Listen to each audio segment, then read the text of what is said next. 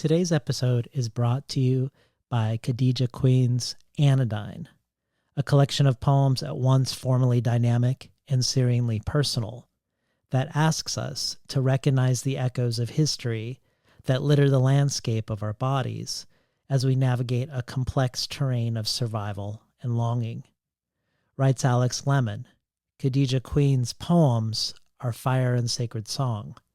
This is writing that makes the hardship of being alive transcendent. I recommend this book, Ilya Kaminsky says, to anyone who ever had a child or a parent, whoever had a body or loved, to anyone who has ever been sick or tried to sleep a good night's sleep and failed and tried again. Anodyne is out now from Tin House. Today's discussion with poet Lauren Camp is, among many other things, about the gap between the subject or object we want to portray and the representation we actually create, and how that gap is even more apparent when we are making art in relationship to other art, in this case writing poetry in relationship to visual art. We talked today about her latest book, Took House, in relation to ekphrastic poetry, but we also touch on two other projects of hers that also deal with gaps, with absences, and with silences.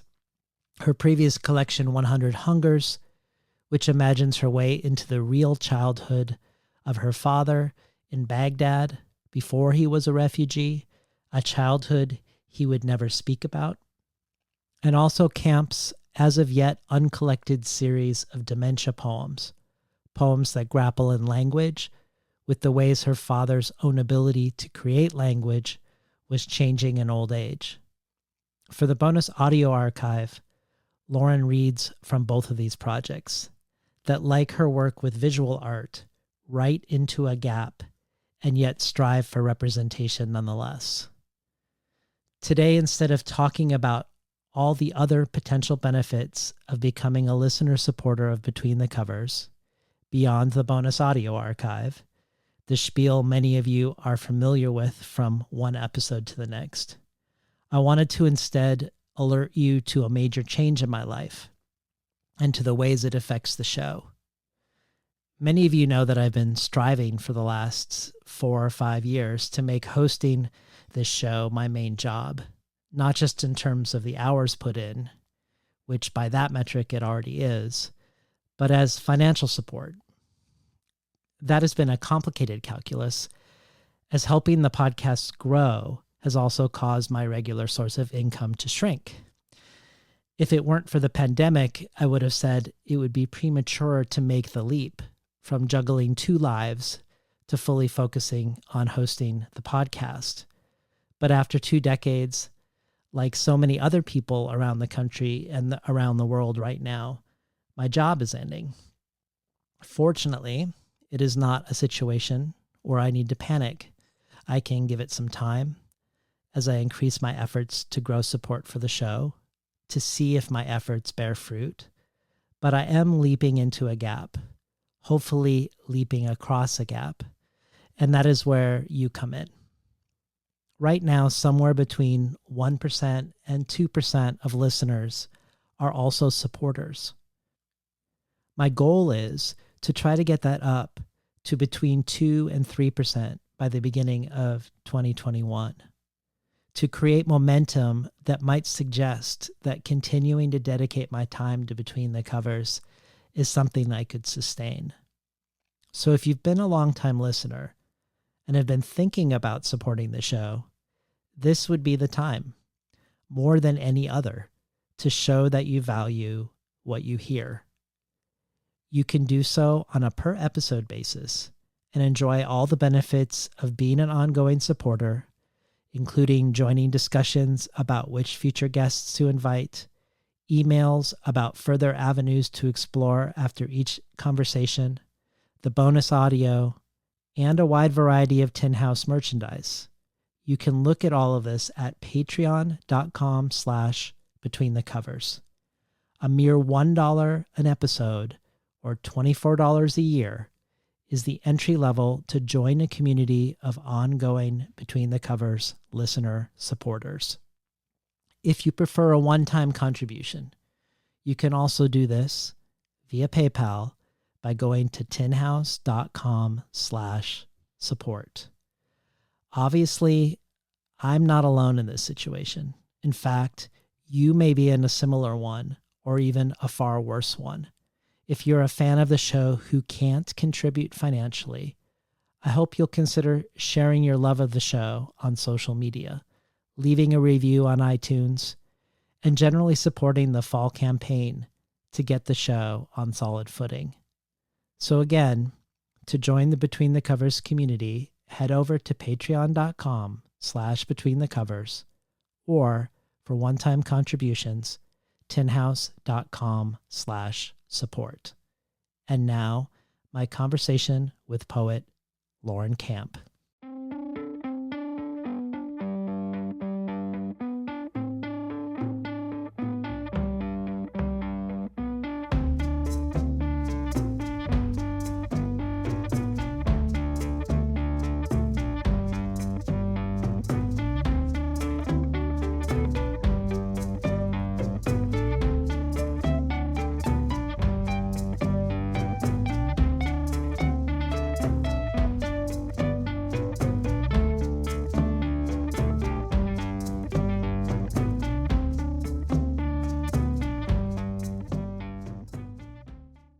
Good morning and welcome to Between the Covers. I'm David Naiman, your host.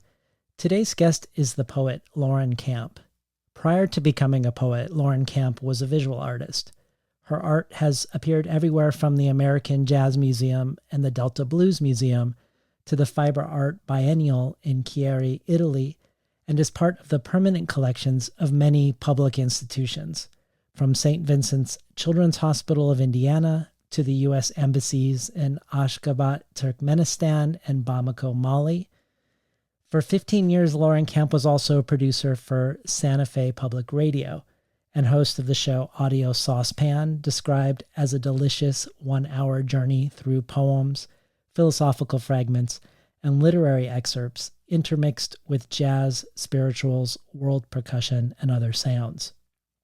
A show with multiple moods, a saucy potluck of reason and tempo. Lauren Camp is also the author of 4 previous collections of poetry. These include 100 Hungers, winner of the Dorset Prize, and a finalist for the Arab American Book Award, and Turquoise Door, Finding Mabel Dodge Lujan in New Mexico, a finalist for the New Mexico-Arizona Book Award. Her poems have appeared in the Los Angeles Review, Pleiades, Beloit Poetry Journal, and Witness, among many others. They've been translated into Turkish, Mandarin, Arabic, and Spanish, and Camp has twice served as a guest editor for World Literature Today for the issues dedicated to jazz poetry and the intersection of visual art and poetry, and also a guest editor at Malpais Review for their issue dedicated to the poetry of Iraq.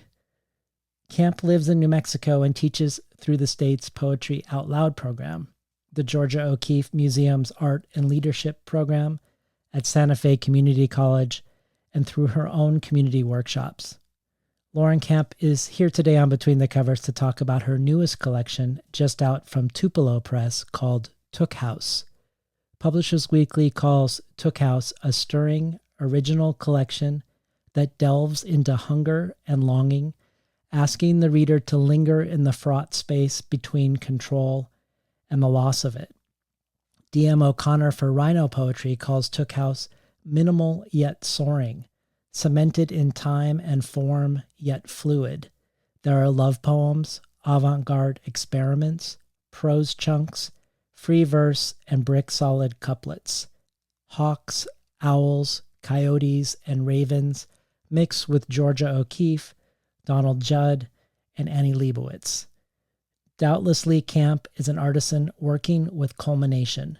Each poem stands sound and true.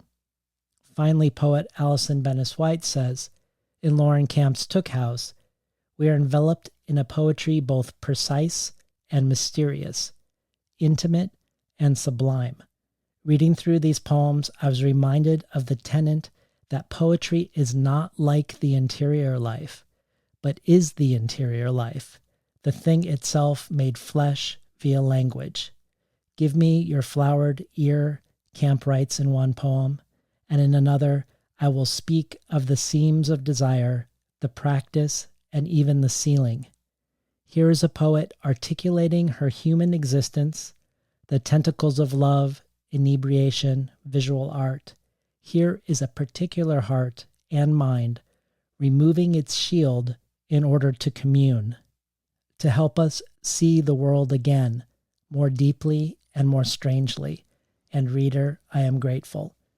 Welcome to Between the Covers, Lauren Camp. Delighted to be here, David. Thank you so much. So before we talk about Took House in particular, I thought we could start with a discussion of ekphrastic poetry more generally, poetry that's engaged with visual art, not only because there are a lot of poems in Took House that are ekphrastic, poems that engage with Georgia O'Keeffe or Robert Rauschenberg or Donald Judd or Eva Hess and many others, but also because from what I've read, you came to poetry somewhat accidentally when you were a visual artist, and that the first texts you were writing were almost accidental ekphrastic texts. So I was hoping maybe we could start with your origin story as a poet, how that came from the visual art world, but also how you continue to engage with the visual art world. I was making visual art. My medium was fabric and thread. And a lot of my subject matter, but not all of it, was jazz. All of these things are actually important because they all impact how I learned to become a poet. So I was creating visual art, wall hangings, and writing. At some point in the process, some years in, I began writing uh, wall text for the artwork as the pieces would be exhibited, be asked, invited to be on walls in art centers and museums and shows. The curators of the shows would ask for wall text, which they called blurbs. That is what it's called in that world. And um, and I wrote those blurbs with the intention of, I guess, describing the artwork. For some artists in that medium, they would write about the materials they used, perhaps how many stitches or how many spools of thread or how long it took. That never interested me. So I began to write just these things that I just called blurbs for lack of any other term. And at some point, I wouldn't even be able to give you a year, but maybe it was like the early 2000s. Somebody saw a solo exhibit that I had in Kentucky and called me over and said, I know you made the artwork. Who wrote the poems? It's probably And the first time a blurb has been, I mean, the first time the blurb and poem have been put together. I said I was so confused. I mean, really, I was very, very uh, lost in that question. I said, there are no poems here. And that viewer, art appreciator, took me over to the piece that she pointed out to me was a portrait I had done of Billie Holiday in fabric and thread. And she said, here, this piece, who wrote this poem? And she pointed to my blurb. And I said, oh, that's a blurb. I wrote it. And after that, I mean, this is truly it's like nearly an embarrassing story of how to come to poetry from the backside of it, really knowing nothing in some ways. After that, I came back to New Mexico, heard one of my friends talk about a poetry group she was in, and I sort of sidled over and said, could I be in that? What is that? Could I be in that? And she said, well, this group is closed, but I know of another. And so I had to sort of come to poetry from the center of it in a way. Well, I suspect a lot of people who who either haven't tried ekphrastic poetry or haven't thought a lot about ekphrastic poetry might think it is simply an attempt to describe the visual art as best as one could. But often it isn't that at all and can be quite oblique to or even decoupled from the act of description. I'm thinking of Jory Graham's description of ekphrasis for her, and where she said, a painting is, in a poem, a painting run through an imagination and a spirit other than the painter's. It is not trying to describe the painting, it is trying to speak from it. Of course, this isn't a definitive definition of ekphrastic poetry, but rather the definition for Graham. But I wondered how that struck you and if you had a certain philosophy or orientation when you're engaging with visual art poetically. Yeah, I think I agree with that quote in great part. And I might even go further and say that for me, sometimes it doesn't even have to be to speak from it, but to speak underneath it or above it, or to give a different side to it. I have no interest in writing precisely what I see. I want to take that artwork and have it help me figure out something more. Maybe something about me, maybe something about a particular time. But often what I'm doing with the art that I'm drawn to is trying to figure out why. Why this piece? Why this work? Why this style? Why these colors? Why this emptiness? Why this whatever? Why this, for a lot of the works in Took House, why this repetition? The first section of the book is called The Exact Color of Welcome, and the first poem within the first section is called Find the Color of Survival. And the notion of welcome or survival having a color points to the gap between language and perception, at least for me. It seems like in any act of representation, there is that gap, how to perceive something and then translate it into a word or a painting or a dance. But with ekphrastic poems, it feels like the gap is more foregrounded because one is making a representation from another representation, a poem from a painting that itself was trying to represent something. Is that gap what you're reaching for with these titles, The Exact Color of Welcome and Find the Color of Survival? And if not, then tell us about the impulse to insert the notion of color here. I think as a visual artist, or a one-time visual artist at any rate, I think in color and texture. What for me is very familiar and common, but what seems to be not for others. Um, Survival seems like I could say it has a color, even though I can't tell you right now what that color is. It just has a color. It's not a, it's not so much a feeling as a tangible thing, which I think color is. Could we hear Find the Color of Survival? Sure. Find the color of survival. I want to talk about what I believe is beautiful, and this is complicated by all the oil of that year. The muscle of my mind was worn out. I was painting everything at once, painting until the impulse died and began again. I tended to let days scatter to bruises on canvas, absolute color, the temperature I tolerated, and my hands the only source of compassion. My eyes stayed on the symbols of other artists' corners and saw as they spread to a world that existed through another parking lot, a skein of grasses. 4 shades of green could have and bend the eye. Even in excess, I always see the most trivial details.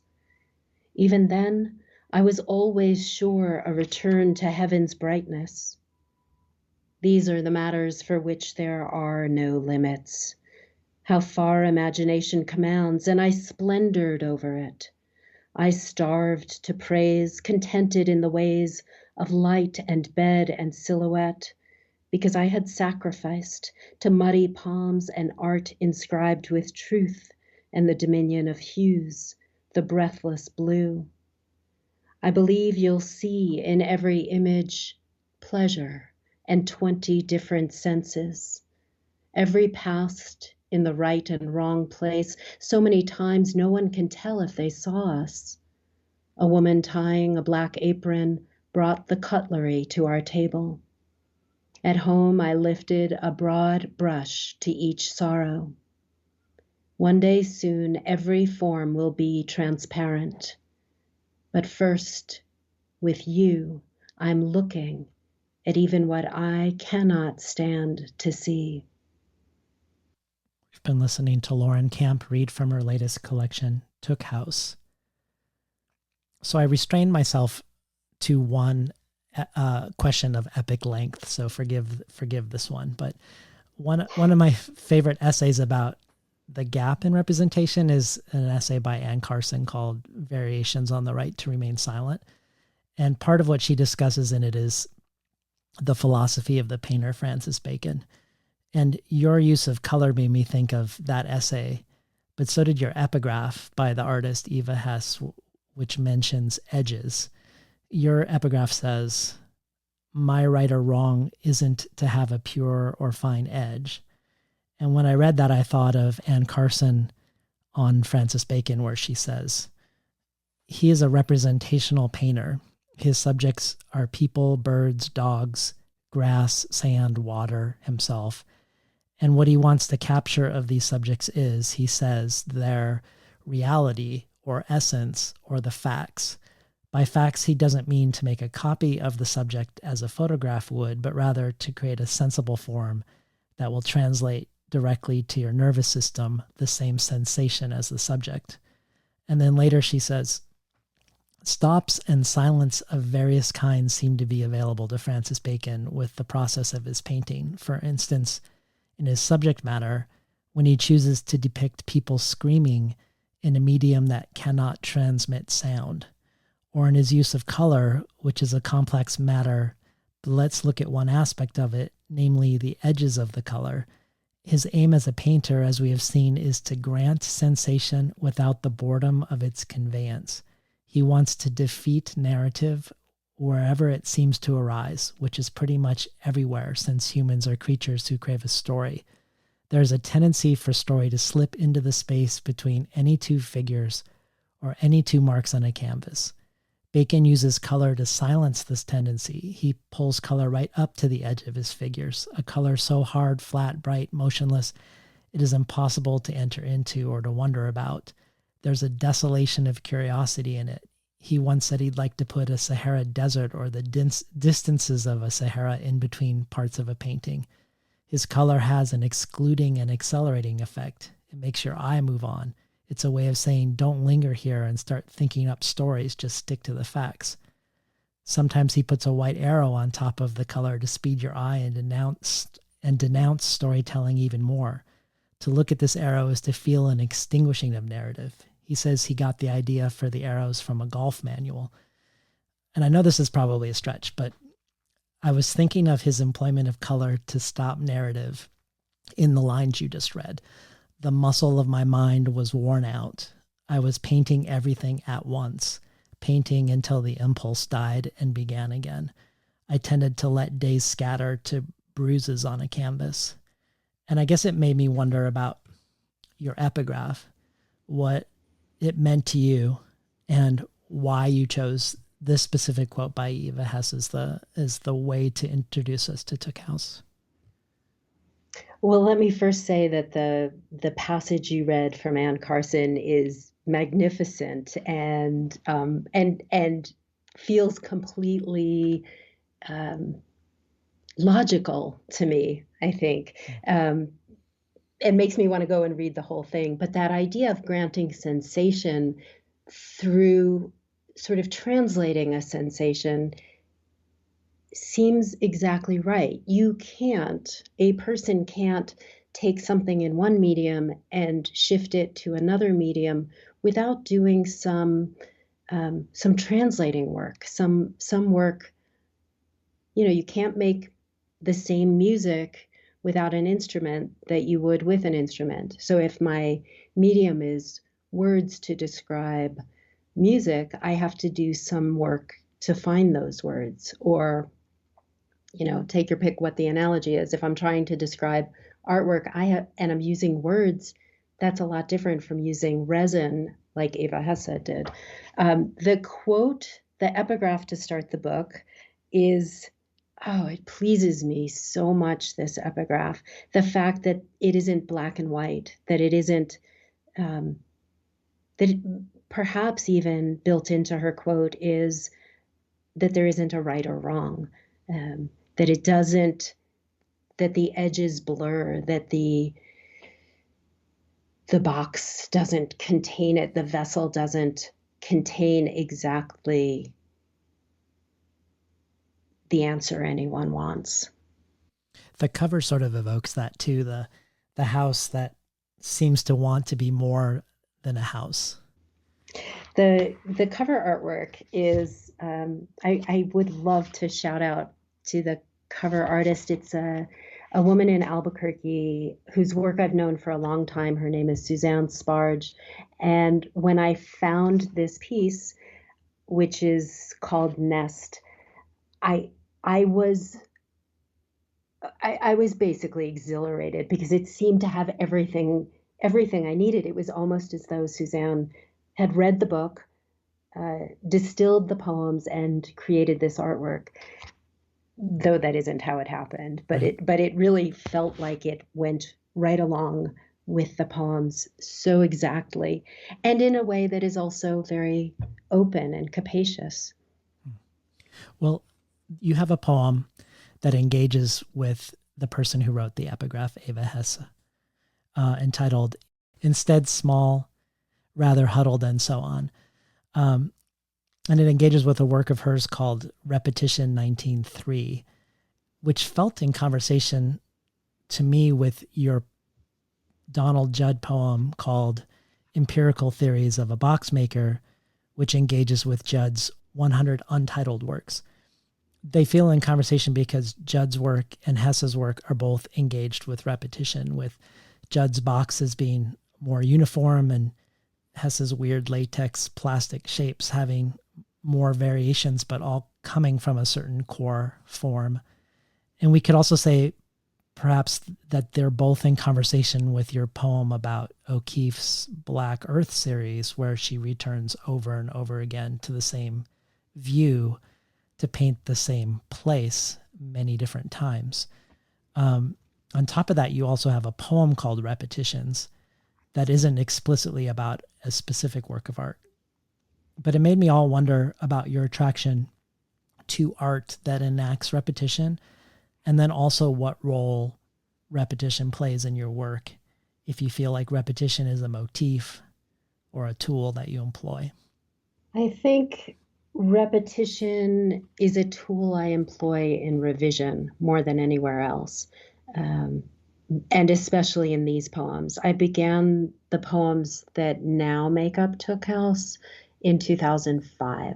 And the for a long time it was a sort of vast collection of poems that then shifted and enlarged and shrunk, and within those poems they were revised, they were shortened, lengthened, stretched out.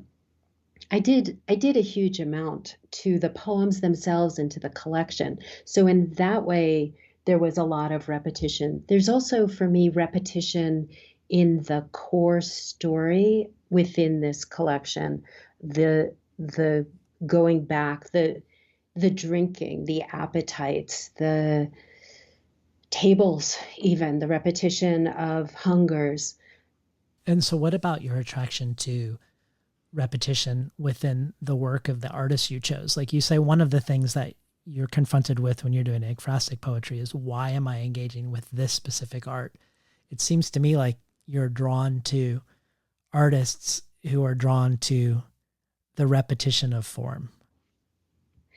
It might seem like that, but I think what you're seeing is a selection of ekphrastic works that I made more intuitively, but I've written a lot of ekphrastic poems, not all of which deal with repetition.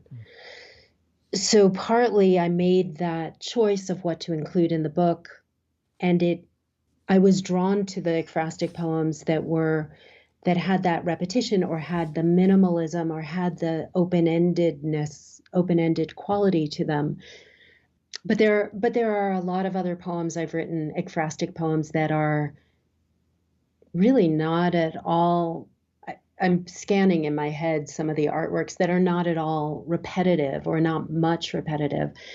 But I also want to say that I have a kind of extreme fascination for the artworks that almost feel like they're meditating or meditative, maybe, that are empty or open or quiet. And I would love to think that's because that's how I am, but it's probably more a factor of that's what I need more. I don't know. Well, I was hoping I picked out two poems that to me felt like repetition leaped out. Let the Other and I Recommend You Not Empty of Content. Okay. Let the other. Let the other woman be identical. Let her be exhausted in pretty and soiling. Let her not be too lonely. Let her protect what she knows, and let one take blood from the other. Let one see each later version. Let her never keep her eyes open. Let them both have a chance to be tender in the beautiful rooms. Let them be strangers with distance. Let each rearrange the heart. Let there be viscera and wants and fact and fierce pattern. Let the hints happen little by little. Let the one scream. Let there be sleeves of rain. Let her open a map and decide to move forward. Let each form from the heavy edges in the black part of night. The second poem, I Recommend You Not Empty of Content, is a pantoum, actually. I recommend you not empty of content. When I stood and tore rocks from the edge of our porch, you saw I was otherwise, empty of details, of spark. From words to cup, to hope, to wake, you called for help. From the edge of our porch, you saw I was otherwise, caught in the arch of defeat. No chances to hope to wake. You called for help that day. October was visible in every direction, caught in the arch of defeat. No chances. How many times could we do this? I almost slid off that day. October was visible in every direction, taut, then shaking. Was this on your heart? How many times could we do this? I almost slid off from the place we called home. Pity the riddle, taut, then shaking. Was this on your heart? Your sturdy going on, your exhaustion with the place we called home? Pity the riddle, empty of details, of spark. From words to cup, your sturdy going on, your exhaustion when I stood and tore rocks. We've been listening to Lauren Camp read from her latest collection of poetry, Took House. So you mentioned the second poem is a pantoum, and you've talked about how that is a good form for dealing with something hard or for any sort of obsession or any issue a writer can't stop thinking about. Why is that the case? Because within the form, it repeats. It allows it's a very strict structure that allows those lines to repeat in specific places. But in the process of doing that, you have to add in new content or new perspective sometimes. And so the form is both directed and, again, open-ended, again, requiring or allowing discovery, because you don't really know what you're going to be able to or have to say when the line returns in a new position. And I will also say that pantoums are I think they're a marvelous form. I restrain myself in using them, but I love them. I love teaching them, and I have a loose parameter of wishing to have a pantoum in every book. Has that been happening so far? I've done pretty well, not exact, Yeah. but I'm pretty good. When I think about repetition and obsession and pantoums for dealing with something hard because of the repetition in the form, you mentioned the repetition that's also happening in the story within the book, because there's poems that appear regularly in the collection about a fraught relationship, or perhaps about different relationships. It isn't specified who the people are, but it feels like there's a deep subterranean story between lovers, but we have access not to the story but to these brief snapshots. And I think of Allison Benis White's blurb that calls these poems precise and yet mysterious, and say these poems aren't like the interior life, but are the interior life, which of course is often mysterious even to the person themselves having the interior life.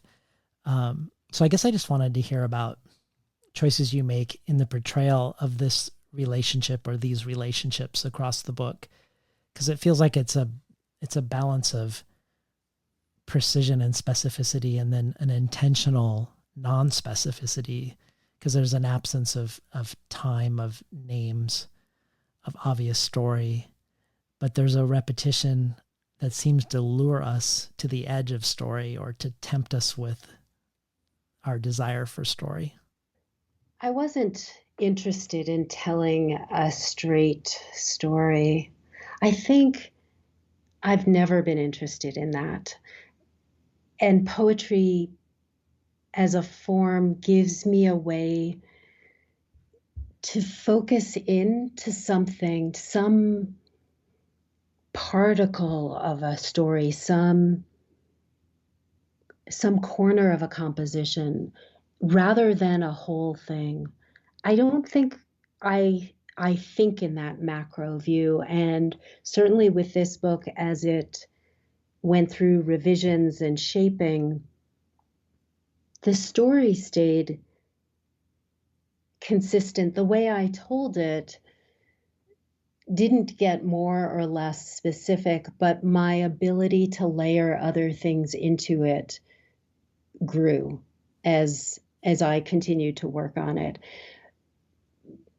And I guess I also want to say that I didn't, if it hasn't been clear, I didn't really have any education in poetry at all. I was not really exposed to it by much of anybody, uh, other than perhaps the logical Dr. Seuss and James Whitcomb Riley, which my mother read me, but really nobody ever said, "Here's a poem. Here are poems. This is a form. This is how you could write, or you could read, or anything." And when I discovered it, it was this marvelous space that gave me feel it, like an emotional way to interact with material that wasn't first a single fact and then another fact and then another fact. Sensations of feelings and experience.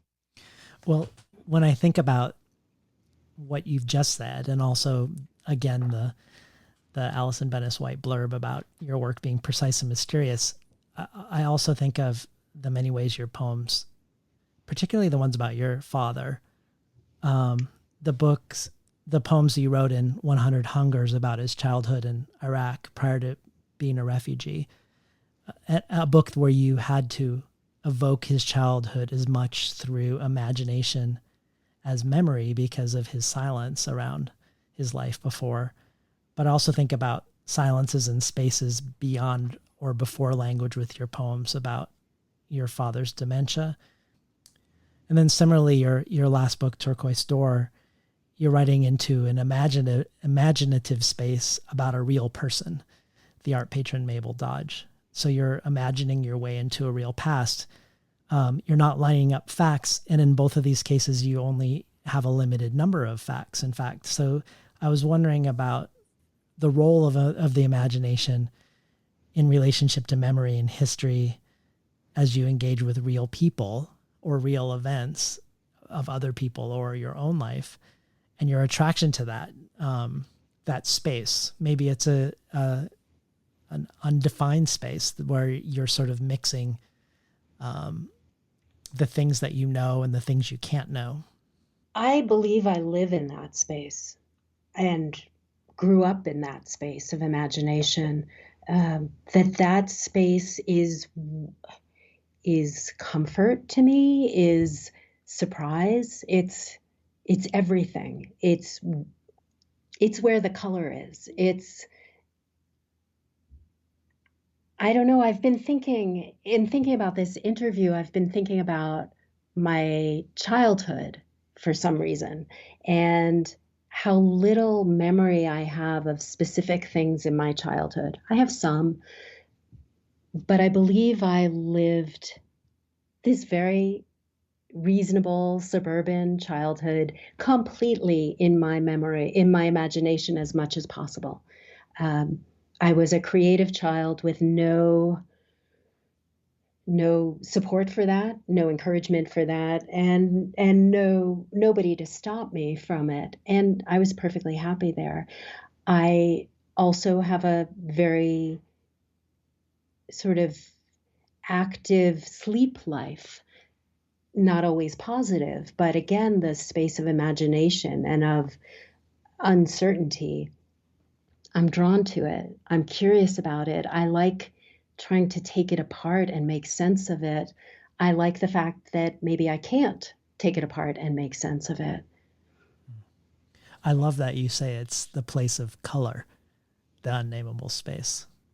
Yeah, Yeah. it is. Well, there's this line that sticks with me from 100 Hungers where you say, "How do you live in silence? You talk to absence." And that line feels like it brings us to this unnameable space or place that a lot of the artists you've chosen seem to be drawn to as well. For instance, I'm thinking of the ekphrastic poem you did about the work of Robert Rauschenberg called Bed on the Wall, where instead of using a canvas, he uses material from his own bed to paint upon. And this quote unquote bed, his bed, is hung on a wall like a painting, and it becomes sort of a self-portrait. And that sort of feels connected to your poems about this relationship, connected to the way you put a bed on a wall in Took House, as if you're putting sheets and quilts and pillowcases up for us to examine of the lives of these two people. And I guess maybe this would be a good place for you to read us a couple of those poems so we can hear some of the poems that are more deeply engaged with the relationship. How about Splendid Gin and Fiction? I like the poems you're picking, Oh, you by the do? way. Oh, good. Yeah. Okay. Splendid. Yes, it was splendid, praying wholly with liquor to the 12-bar pattern of his tragic. Our hands and fingers, the interior weather, such latent languor. The waiter was never far from the mouth of our error and ready to please us, to place fuller glasses beside us, filled with disorder. Over and over we sat at a table without days, our lips scarlet with logic and random syntax. We sat through summer's collar, sat through sweet mustard and drought, my soft opinions, his signatures, then winter's slaughtering wind spread on the desert. We perfected ours, our small infinities and unremarkable habits, the flesh, our last words. Of course, at some point, we at the table were reminded only of breathing, that echo and echo. Gin. The day's first gin is throat dry, sharp and pure, ice still whole when he gets another. He drinks until the angle of half light is lost, until the glass is asleep by the door and the glass empty and the glass carried.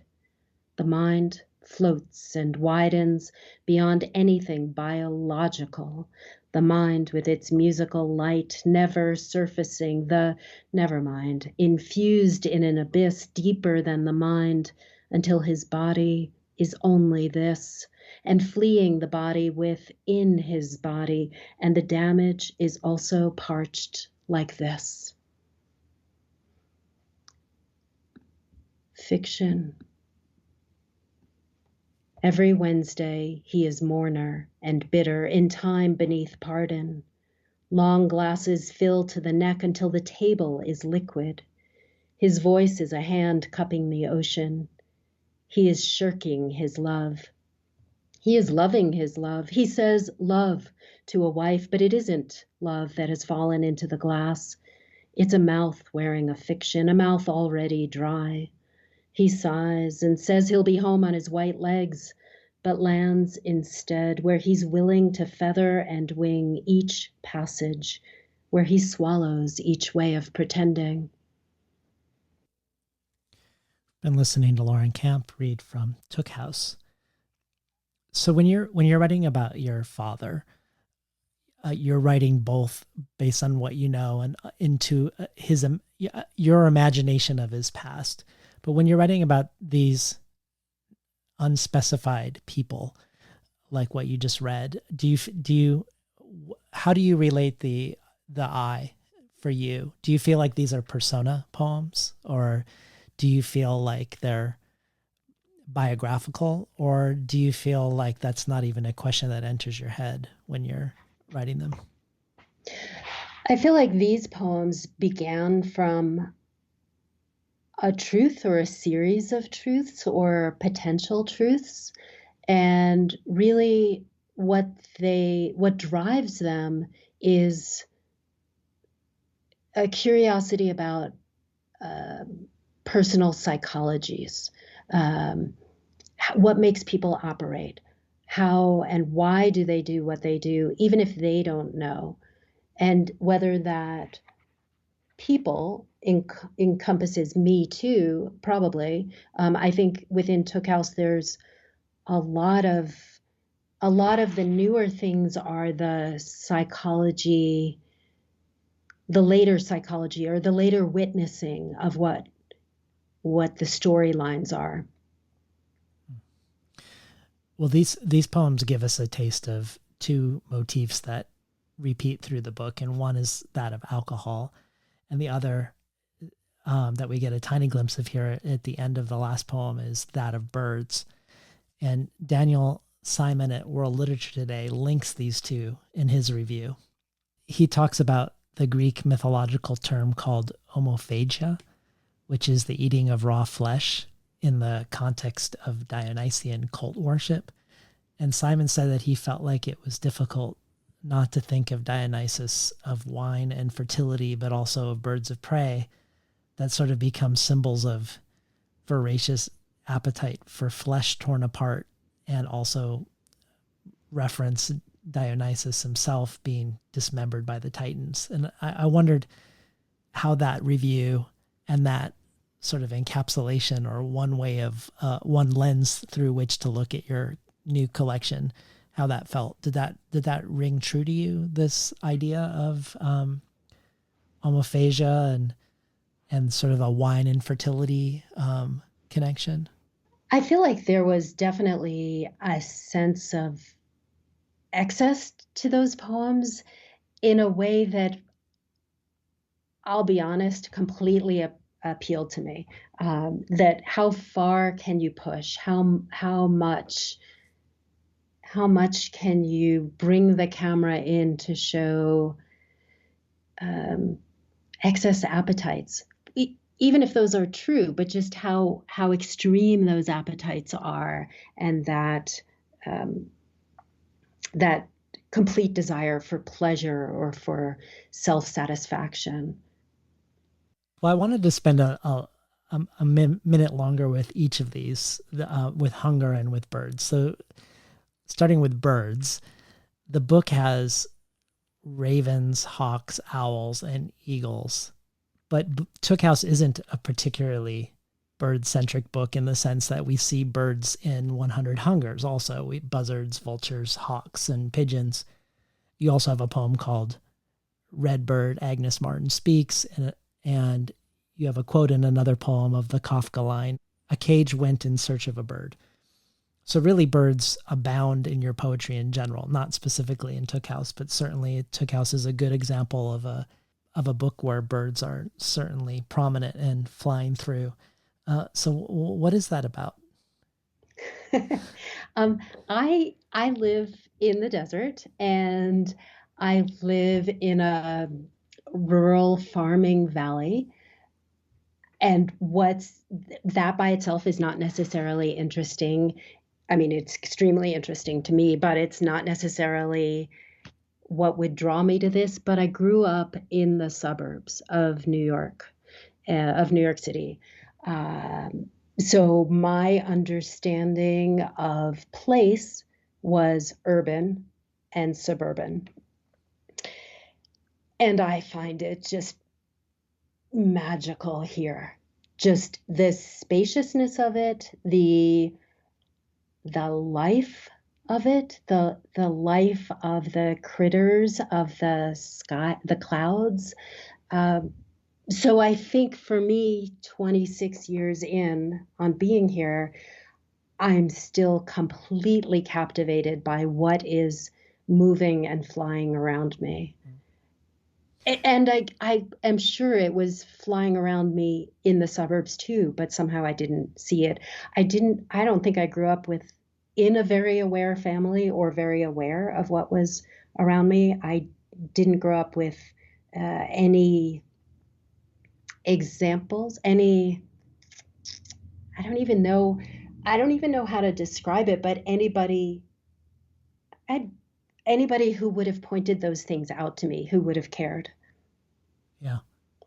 Well, obviously, a person even writing really different collections, in your case, one collection about your father's childhood in Iraq, another about an art patron in New Mexico, and then your nearly 100 uncollected dementia poems, some of which you're going to read for the bonus audio archive. Those don't have a lot of similar content, but you're the same person. So there's going to be some repetition that happens inevitably around theme and image. But I also wondered if some of that repetition might also be because you often are writing these collections at the same time. At least some of these books are being put together, not sequentially. Is that right? Yeah, that's exactly true. I began Took House in 2005, as I said, and had various points where I just had to semi-abandon the project because I didn't know where I was going with it, or I don't know, I was waiting for some kind of insight. So in between that time, I mean, my first collection came out in 2010. So everything has been happening, not everything simultaneously, but things happen alongside in parallel furrows maybe. And that's how I work in general. That's comfortable to me, to have too many things going on and not to be following a direct path, really following one foot in front of the other, one step, one poem. I love the idea of it. It just doesn't seem to suit my personality. Well, I wanted to also linger for a second on the recurring theme of hunger or appetite and Daniel Simon's use of the term homophagia, about the recurrence of birds of prey looking for food, but also the way you find your way into your father's Iraqi childhood through food in 100 Hungers, how your radio show was called Audio Saucepan. And this book, Took House, prior to part one of the book, there's a poem called Appetite. So I was hoping you could talk to us about hunger, appetite and saucepans in general in your work, but also, but why you set this one poem, Appetite, apart from the others. So what work you see this poem doing as a gateway into the collection, since it's happening before, in a way, before the collection has started, or as the way into the collection? So, I want to talk about hungers in 100 Hungers first. As you've mentioned, I didn't have a lot of information from my father. In fact, I had none from my father on his childhood directly. And what I did have was silence. What I had was, to go a little further, was the repetition of silence from him, the endlessness of silence on his childhood, which might be very typical of anybody fleeing a country, starting over again after a difficult home situation, or just needing to start over in a new world for whatever reason. But my father didn't talk about his childhood. So because I wanted to write his story, and I was fairly determined about that, I had to take the information I had, some of which could be gathered from research, but none of that could tell me his story. So the information I had was food. It was spices. It was not full recipes, but maybe table settings and gatherings and meals and individual foods and how we consumed them. So in that book, food is very prevalent because it is pretty much the only solid thing I had, that and maybe some prayers. And my father as an adult, as the way I knew him as my father, and trying to sort of disassemble the parts of him I knew to make sense of what he might have been like as a child. And then your hunger to know. Yeah, absolutely. My desperate need, like a kind of starvation to know, a kind of, I would take anything. I mean, in that book, I was able very carefully to sort of pluck out a couple of small details from my father, and they are in that book verbatim. I mean, that's how desperate I was to know and to hold these parts of him. The little bit he could tell me, I think he didn't have, I think he had blocked it for so long that he really didn't have a memory of that. But he didn't, of course, didn't tell me that. My father was not a direct and easy person to get to know, and not direct in his information by any means. So the way that the information or the lack of information would come to me would be anger. And ultimately, in unpacking that, I decided it was probably very likely that he did not remember. And so it was more a frustration with himself. So talk to us about appetite, both in a general sense in Took House, but more specifically about the placement of the poem Appetite. I feel like a poem that goes at the start of a book and is separated has to be, it has to offer something special, something more, something, maybe in this case, what I'm hoping for is some clues or some gathering of some of the details I hope you'll see later in the book. Can we hear it? Of course. Appetite. And now in the useless unceasing, there is a heart in one part of town where there is a table that is most like a cliff, a place to render fewer potentials. There is a glass near a bottle that will offer what she asks. In that room or the next is an intimate slowing where the woman put down her shield and took out her heart. She put it on the table and looked at the table under the eye of everything that could go wrong, everything that did, each direct chance and the taking of it. Now she tries to explain the way the past wouldn't finish, that the heart was a stipulation, the shade of her hunger, his palm on her marrow. It is the largest muscle, and she let it take over. She let it. I've been listening to Lauren Camp read the opening poem from Took House. So the repetition of the word heart and the word table also seems to bring the hunger for food and the hunger for desire together. And the lovers in this book are often meeting not in a bed or a bed on a wall, but at a table. And I wanted to ask you about another space, the house in the title, Took House, but also the picture that we've talked a little bit about of the strangely inhabited dreamlike house on the cover, a painting of a house that is fittingly called Nest. So what does the title of the collection mean to you is my main question, because when I first heard it prior to reading the book, I immediately thought of dispossession, of a taken house or of a took house of a refugee like your father who can't go back, who has been robbed of their nest, of their home. But I didn't really have that sense of that being the meaning when I was reading the collection. So I was curious about Took House.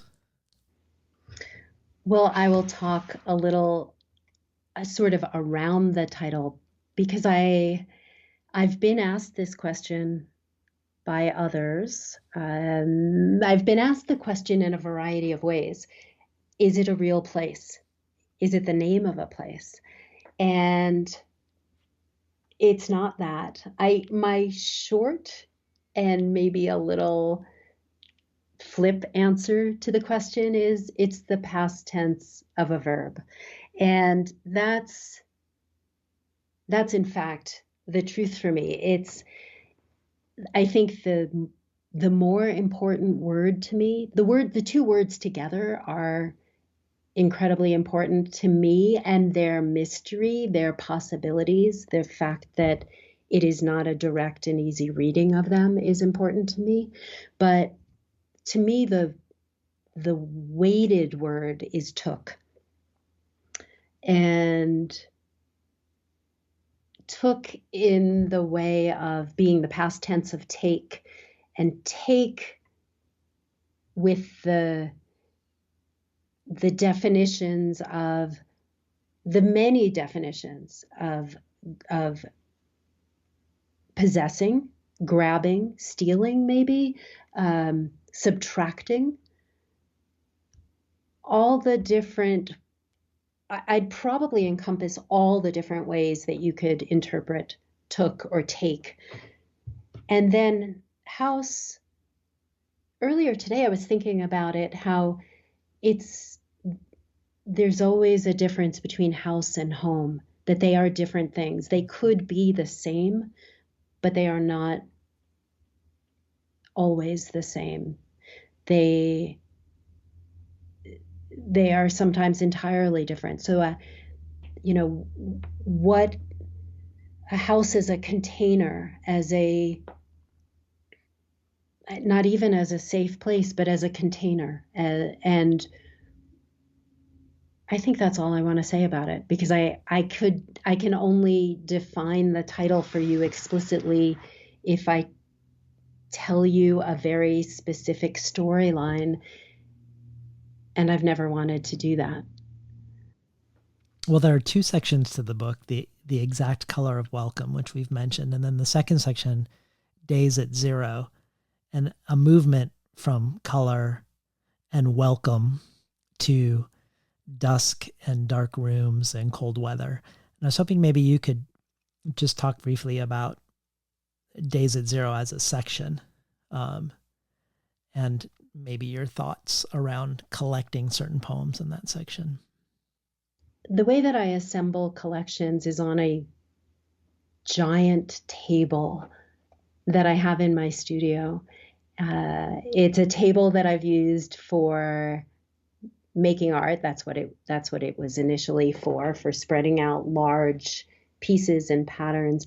And it has been repurposed as a table mostly for collecting a lot of junk most of the time, a lot of piles, but also for assembling collections when I do it. Other people do it on the floor and I do it here, and I set up the poems and I go over and over and over them with the help of my husband, who's got a very good eye for things and also is a very different person than me and sees different connections. And we spend days, usually, he's pretty integral to the process, putting together poems, matching poems, reshifting, which sounds redundant, but it actually isn't. Like where we'll walk around and I'll move a poem around and then he will come back and shift it somewhere else. And it's a brutal process, and ultimately has proven very useful to me. And so that last section, which is the second section, which is a longer section by a bit, has some of everything. I think some of the three separate elements that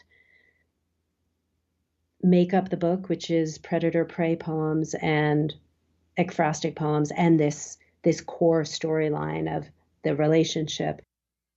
I was hoping you could introduce us to and then read the poem Inward, Downward, White, Gray, Black, because it somehow manages to be an ekphrastic poem, but also an engagement with the relationship in the book, and also part of the gesture of what feels like an inward and downward movement in this second section. I think this poem is the most unlike the others of the ekphrastic pieces, perhaps because it's based on an artwork that is very early compared to the others, that is not contemporary art, that is not minimalist art, it's based on a Piet Mondrian oil on canvas called Composition Number 2. It's from 1920. And the poem itself is called Inward, Downward, White, Gray, Black. The box in the middle opens a door to the pond in his backyard where no one ever quarrels. The sun elbows the red fence with loose gatepost in the back alley, and tender, cold air from the side yard comes to meet the sweet and endless blooms. Been listening to Lauren Camp read from Took House. It was hard to decide. I mean, it was very logical in my sort of intuitive way of thinking to decide which ekphrastic poems would go in the book, but it was hard to let go of some. Like I felt like they were all children or friends or something. I was like, oh, but I have to let go of the poem about Elizabeth Murray, or oh, but how about the Basquiat poem? Or I only write about artwork that intrigues me, and that doesn't mean I have to like an artist's whole body of work or the artist as a person, but something that grabs me. And it was sort of sad to leave some of those on the sidelines. Say next project, maybe another project. Well, while we're back on the discussion of ekphrastic poetry and painting, given that you were a visual artist, it just made me also think of the way Gregory Pardlo, the poet who also does ekphrastic poetry, the way he described writing a poem like painting and oil painting, that you come back each time to the poem in a different headspace with something new you've read or seen or heard. And while there's this base image, you keep putting more layers on or taking more layers off. And I wondered if that resonated with you, since you have the experience on both sides of both creating poems and and creating visual art? It resonates with me, but not in making art. In making art, I think this is probably mostly because of the medium I was working in. The decisions were once made and once done or begun, you kind of had to go with them, or there were exponentially many hours of undoing. And where I see that layering of experience is really in the writing of the poems. I mean, in the two books we've been talking about, these poems are all very, very layered by exactly what Pardlow's talking about. Experience, what I've read, what I've discovered since the last time I looked at the poems, what I've thought about, how I've become a bit different from the person I was when I wrote the last draft, all of that. So for me, poetry has color and texture and a layering that I could not get in my art medium. Well, I don't know if we'd call this ekphrastic or not, but you have a deep engagement with music also as a poet. And some of your visual art was of jazz musicians. Your first book of poems were engaged with jazz. You had a radio show that juxtaposed music and poetry. And when you were revising 100 Hungers, you very consciously would listen to certain types of music when revising certain poems. So I was hoping you could talk to us about any relationship music has to Tuckhouse, but also more broadly about music in relationship to either composition or revision or any other aspects of you being a poet. I think I grew up in a really strange house. I mean, it seemed very normal, but to me, but there wasn't really music in it. And so my learning about so many things came as I moved away from my house, my home. What I had in my home was not silent either in my growing up home, but it wasn't musical.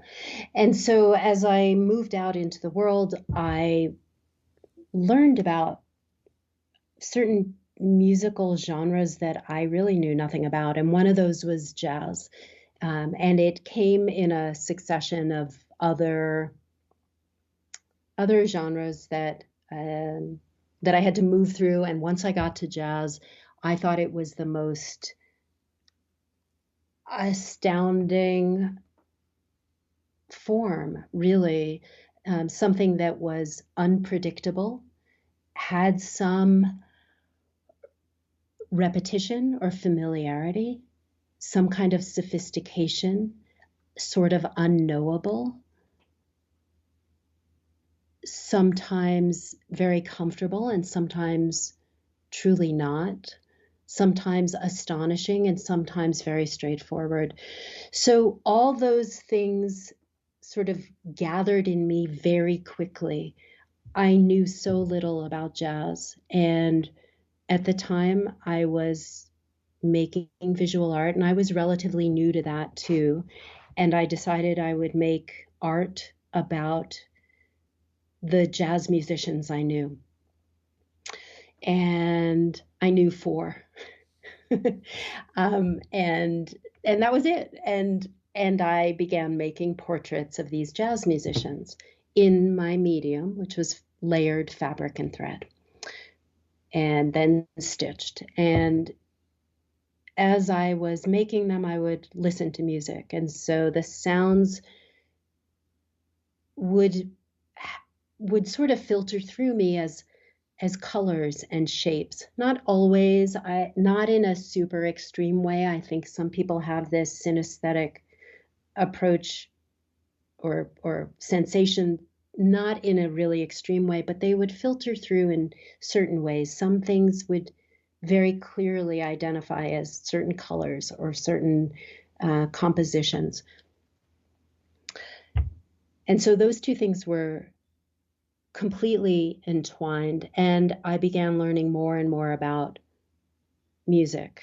and about the field of jazz and the possibilities of jazz.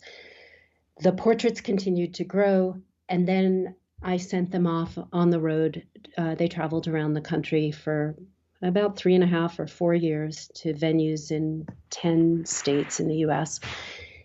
And I still needed some way to engage with the music. And at that point, I got involved with public radio and began to learn how to do a radio show and to build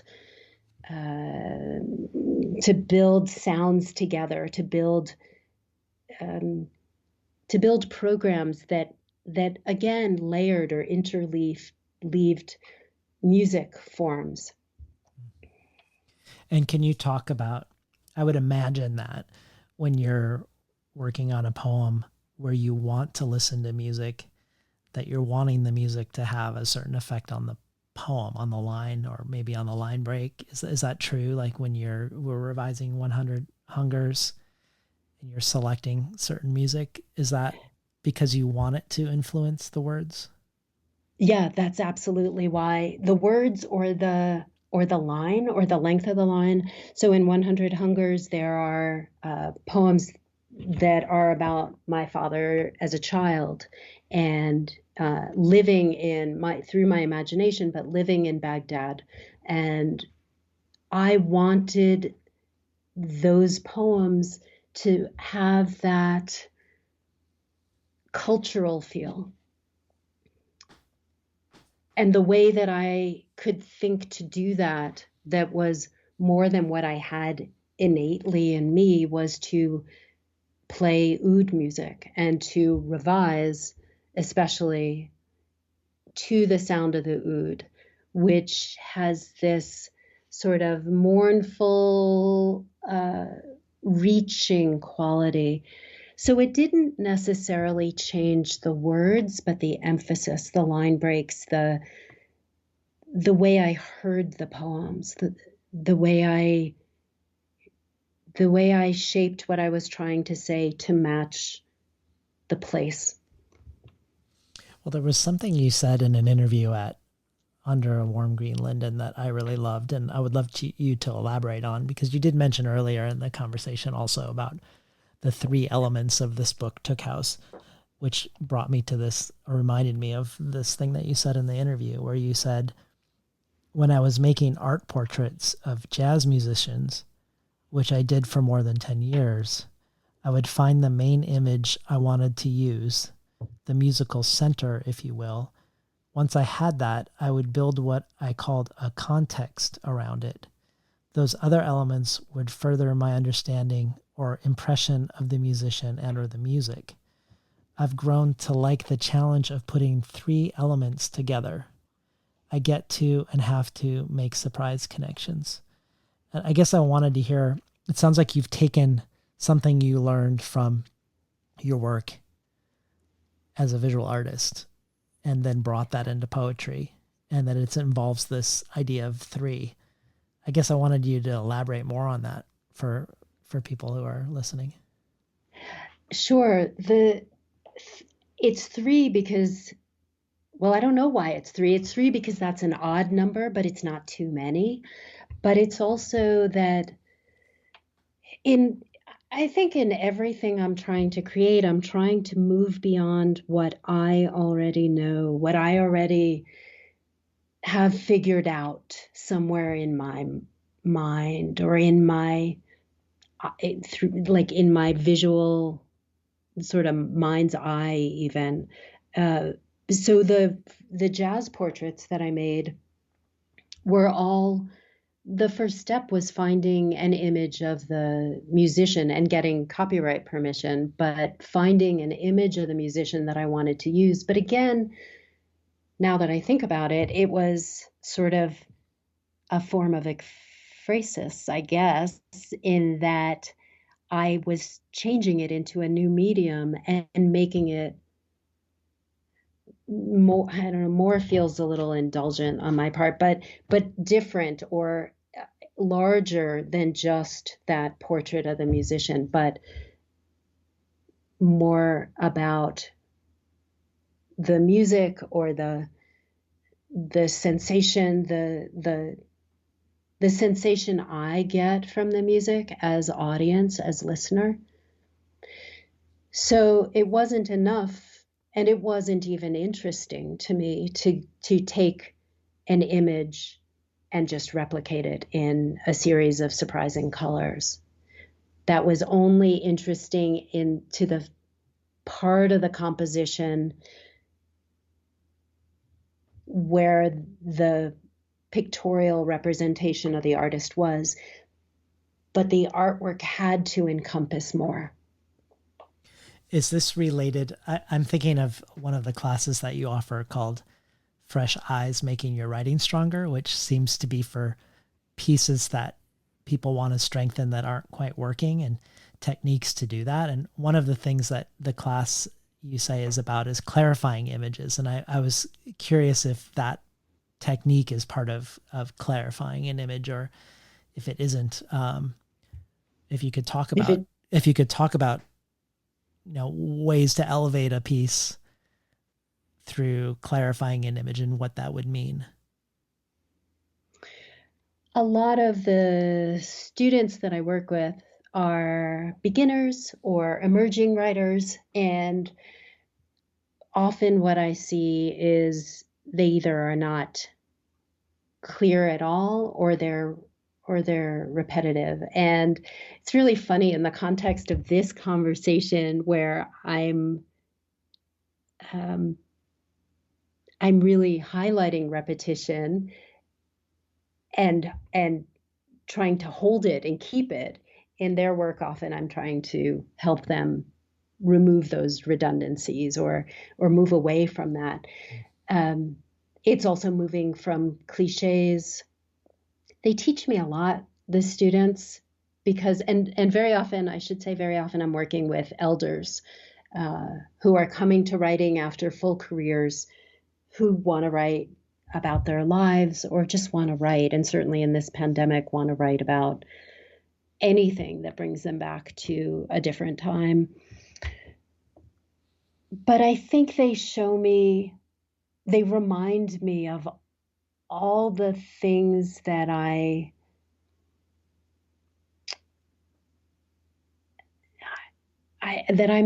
really not interested in. And that's not to say that they only do that, but the extreme clarity or the extreme logic, or like, I don't want to be willfully confusing at all.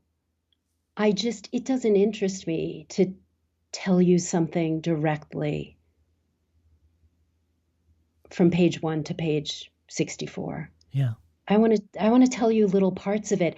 I've always been the type to, if I have to sum up a year, I'm going to tell you what I did today, because today is what interests me. Or if I have to take pictures of something, if I'm taking pictures of a vacation, I'm the one taking pictures of this tiny part of a wall, or something really macro, not micro, not the whole picture. I'm not good at a whole picture. It doesn't interest me at all.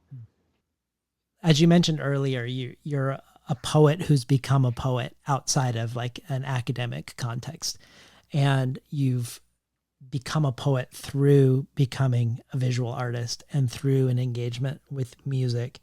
Are there other ways that are word-based that you've become the poet that you are? I've learned from everybody, from everything I've read, and I've read hundreds and hundreds of poetry books. I've read interviews and other things also, but the poetry books, the poems, I feel like I learn from all of them. I don't learn all good things. I learn sometimes the things I don't want to do, or sometimes I learn a sound I want that I've forgotten about, that I needed to be reminded of, or a shape that I've moved away from, or that just, and I guess I'm using that shape in not a poem that is shaped, but I think of these things in different ways than other people. So a shape meaning that maybe the poem steps down here, or maybe I've learned line breaks from people, not poem by poem, not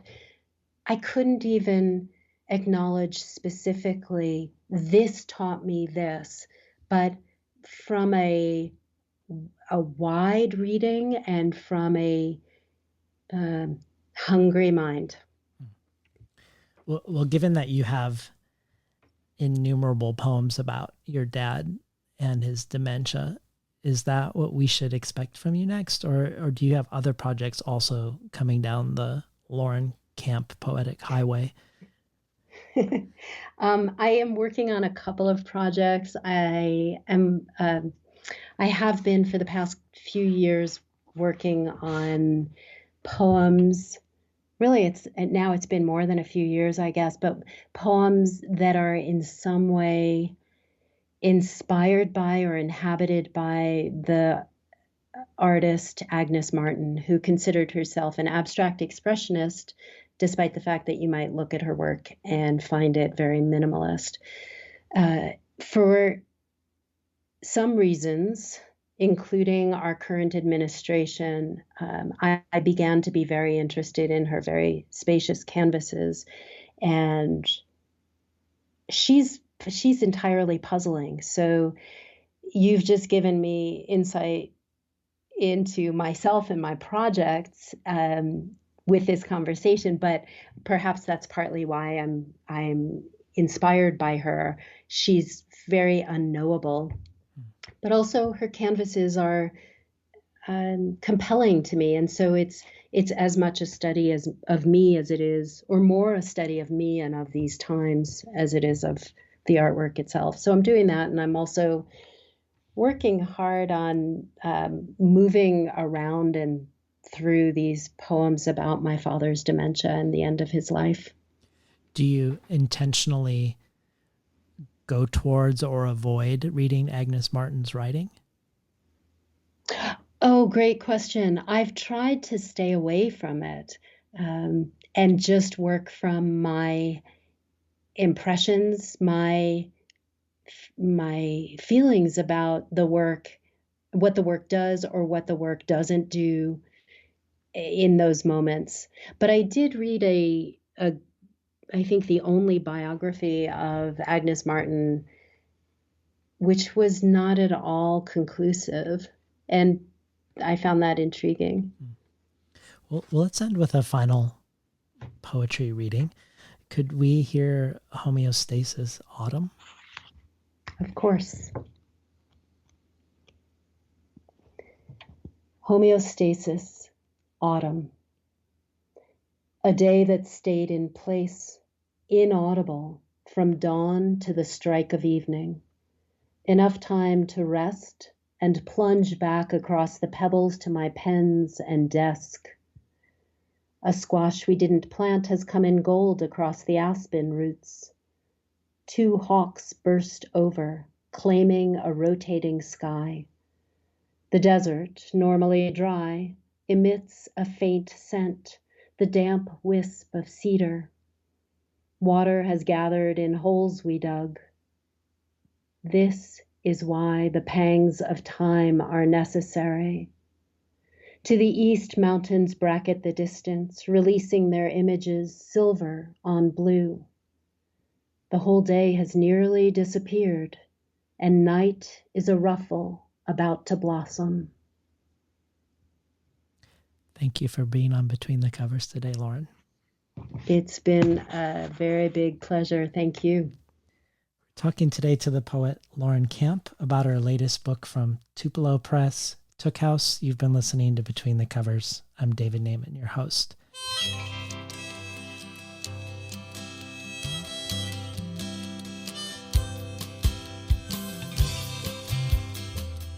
Today's program was not recorded at the studios of KBOO, but at the volunteer-powered, non-commercial, listener-sponsored, full-strength, makeshift home office of me, David Naiman. You can find more of Lauren Camp's work at laurencamp.com. And Lauren is adding a discussion of and a reading of some of her dementia poems, as well as a reading from her Arab American Award finalist 100 Hungers. Disjoints bonus audio from Hanif Abdurraqib, Phil Metris, Layli Long Soldier, Marlon James, Christina Rivera Garza, N.K. Jemison, Ted Chang, Richard Powers, Garth Greenwell, and many others.